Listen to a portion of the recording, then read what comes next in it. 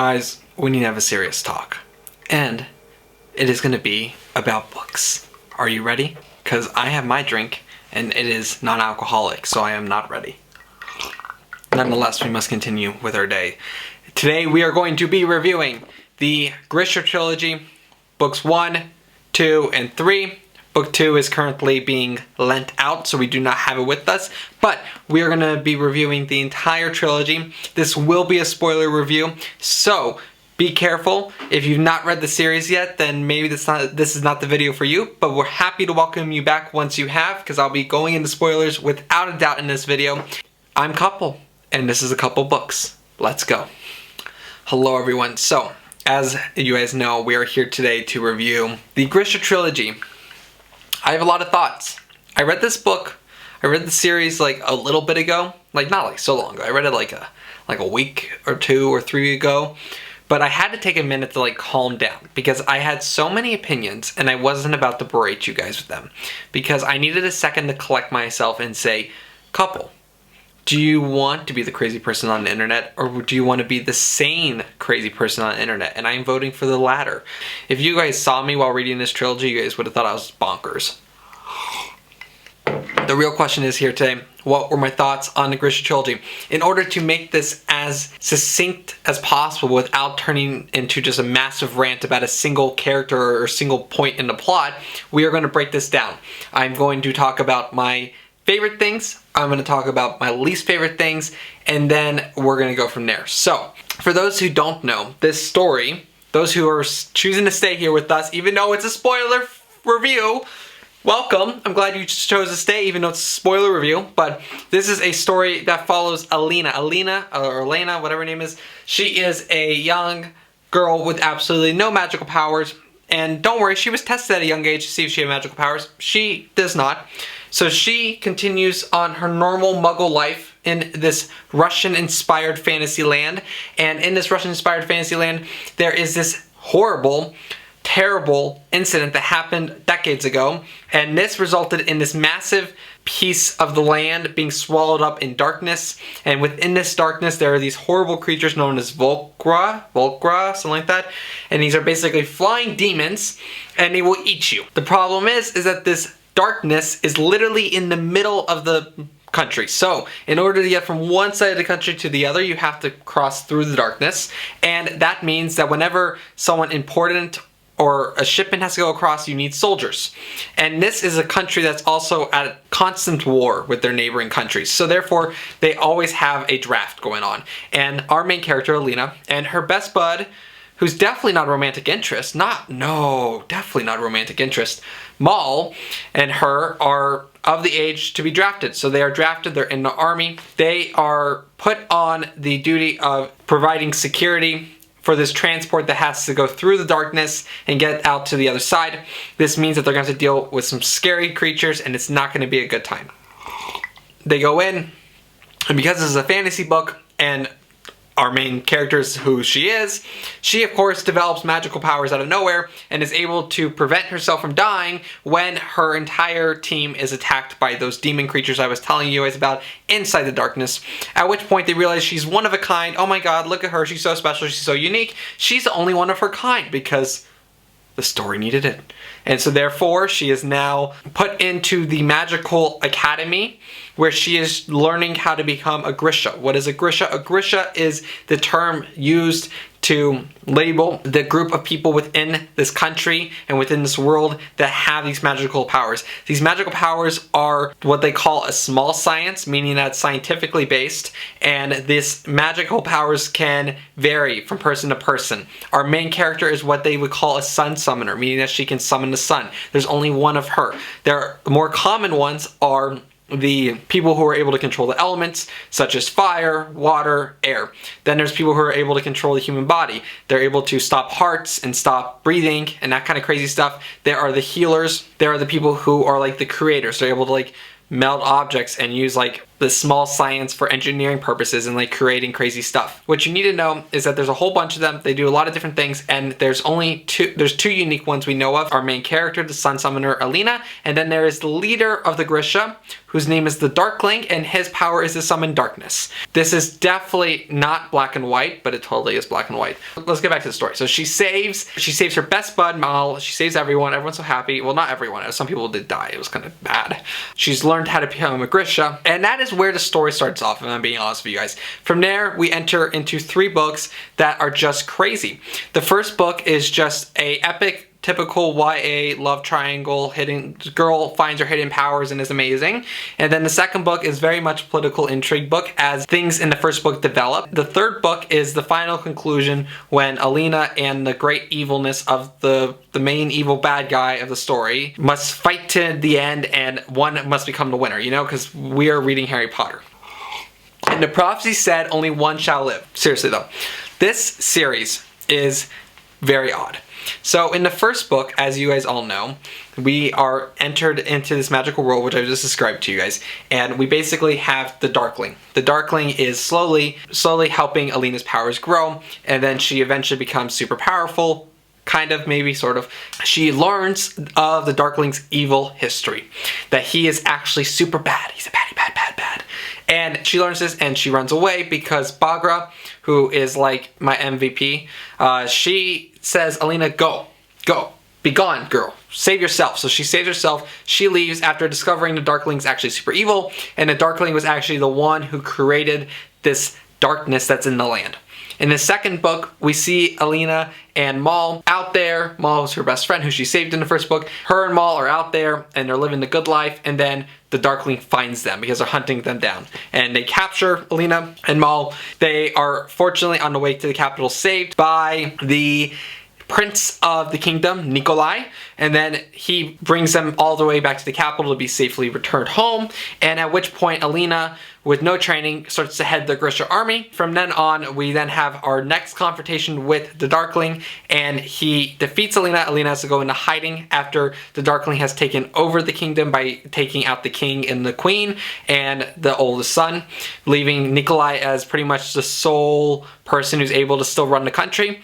But Nikolai is able to quickly escape with his parents, and Alina has to go into hiding with this sect of super zealots who are like worshiping Alina like she's a saint. And then in the third book, we are all brought back together when Alina escapes from her dungeon / enslavement of this guy known as the Operat, and she reconnects with Nikolai, and they together go back to try and save their kingdom from the terrible evilness of the Darkling. That's the story, and like summed up as quickly as I can, main points. Throughout this story, there's a few other things that are going on.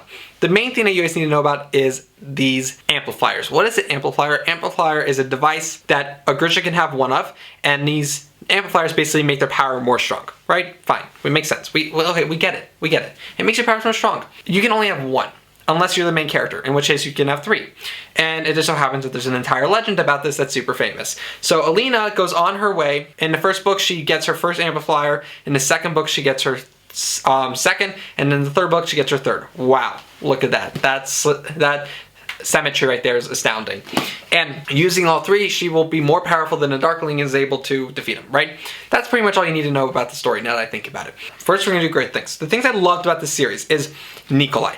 Nikolai is fantastic. He is the prince. He is the youngest prince, so of course he's not heir to the throne, but he, throughout the second book, does a lot of political intrigue and really gets Alina wrapped into it as he tries to do things to ensure that he actually becomes heir to the throne. I like him. He's good. He's a good guy. He's solid. He's not some perfect angel. He actually is like, you know, kind of a great character. He actually has some character to him. He's not just a standard YA trope. He is very typical. He's very non-standard, and I enjoy him. And he's a good guy, and he genuinely like caught my interest, and I'm like rooting for the guy. Like he's actually like, yes, please, Nikolai, please save us from this horrendous thing that is happening in this book. The second thing I really enjoyed about this series is the magic system.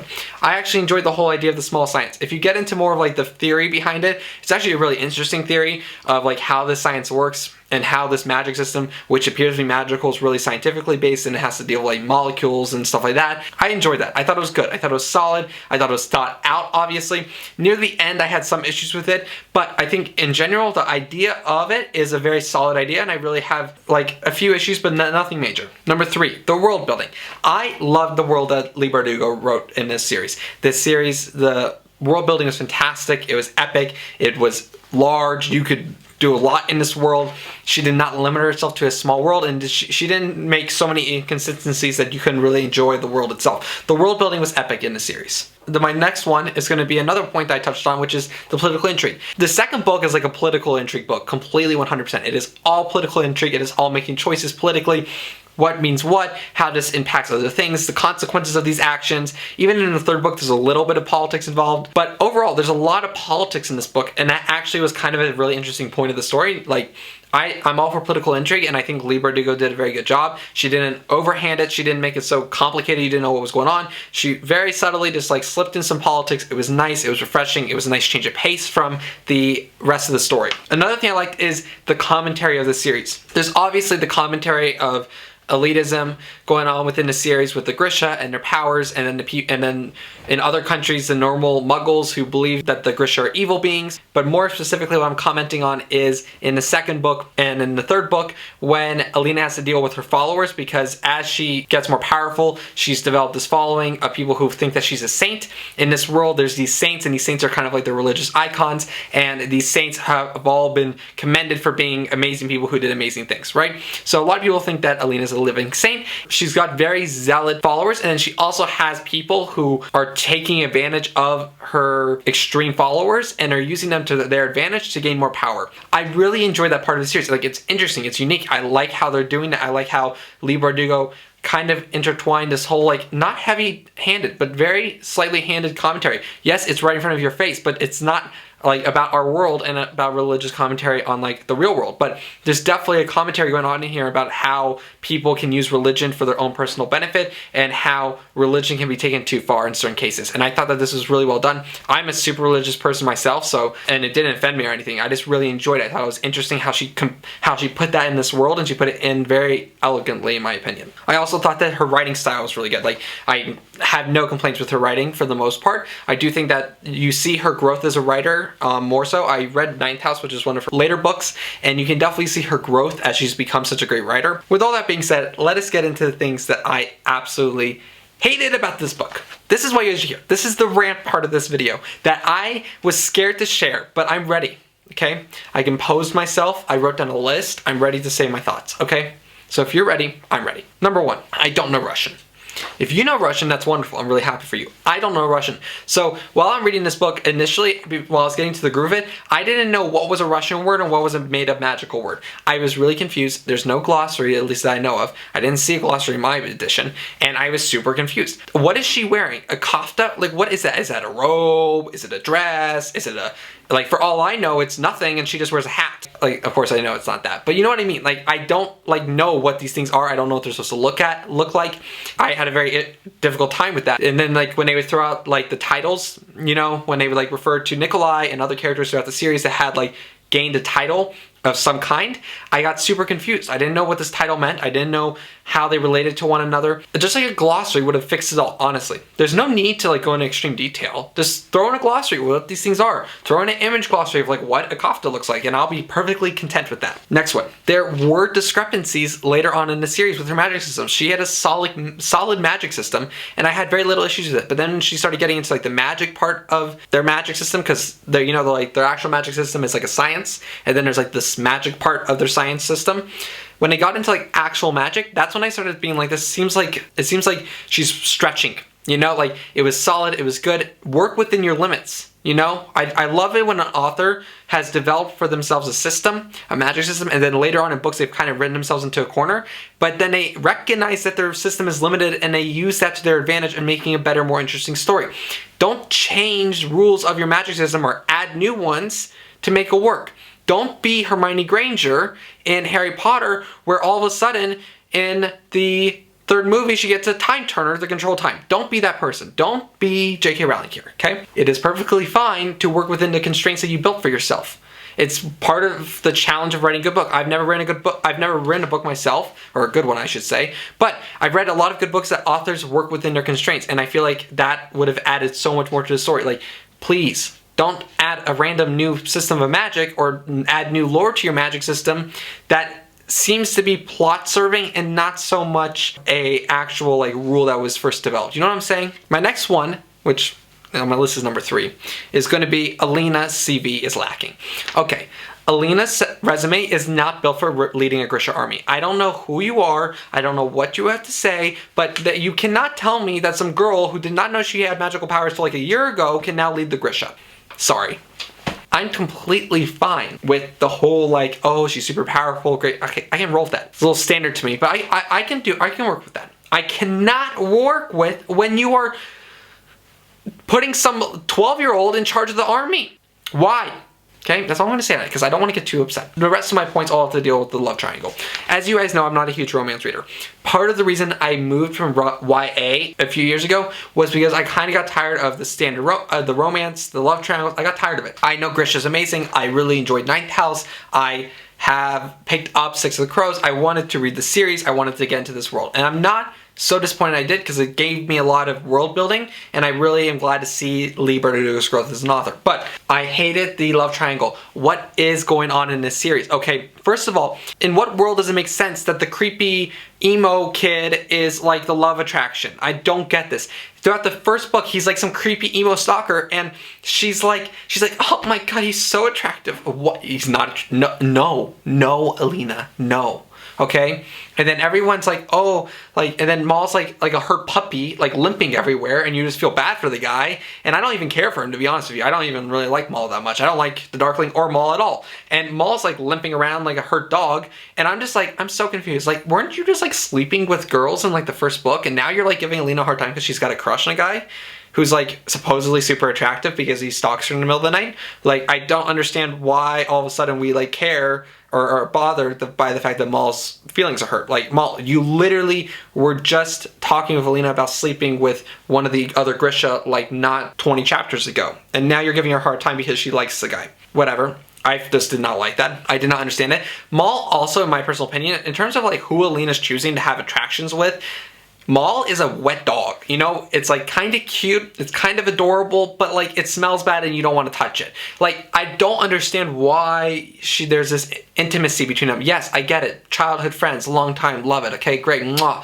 great, beautiful. But no, okay? You don't need to love everyone from your childhood, okay? You don't need to love Maul.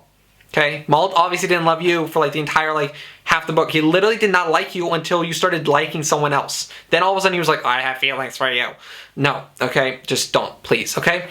Then we finally get into a decent relationship pairing, which is Nikolai. Like, I'm like, okay, I can work with this. Yes, Alina is just some plain white wallpaper with a special power. Then she's like, oh, I can't, because, you know, like, it's just like too perfect of a situation. Like, why would I want to be a queen with like all the wealth in the world and a super powerful Grisha army behind me? Like, that just sounds like an absolute travesty. Well, I want to be with the wet dog, or with the creepy stalker who stalks my dreams at night. Like, I don't get it. One of you guys can maybe explain to me what's going on. I'm confused. I don't understand. There's literally a man here who is a nice, sweet, gentle man. He pretty much is putting zero constraints on you as a person. He's letting you be who you are. He wants you to be who you are. He's embracing you. And pretty much all he says is like, put on a huge diamond on your finger and let's have a child. And then like, you know, like goody goody good tissues. Like, no.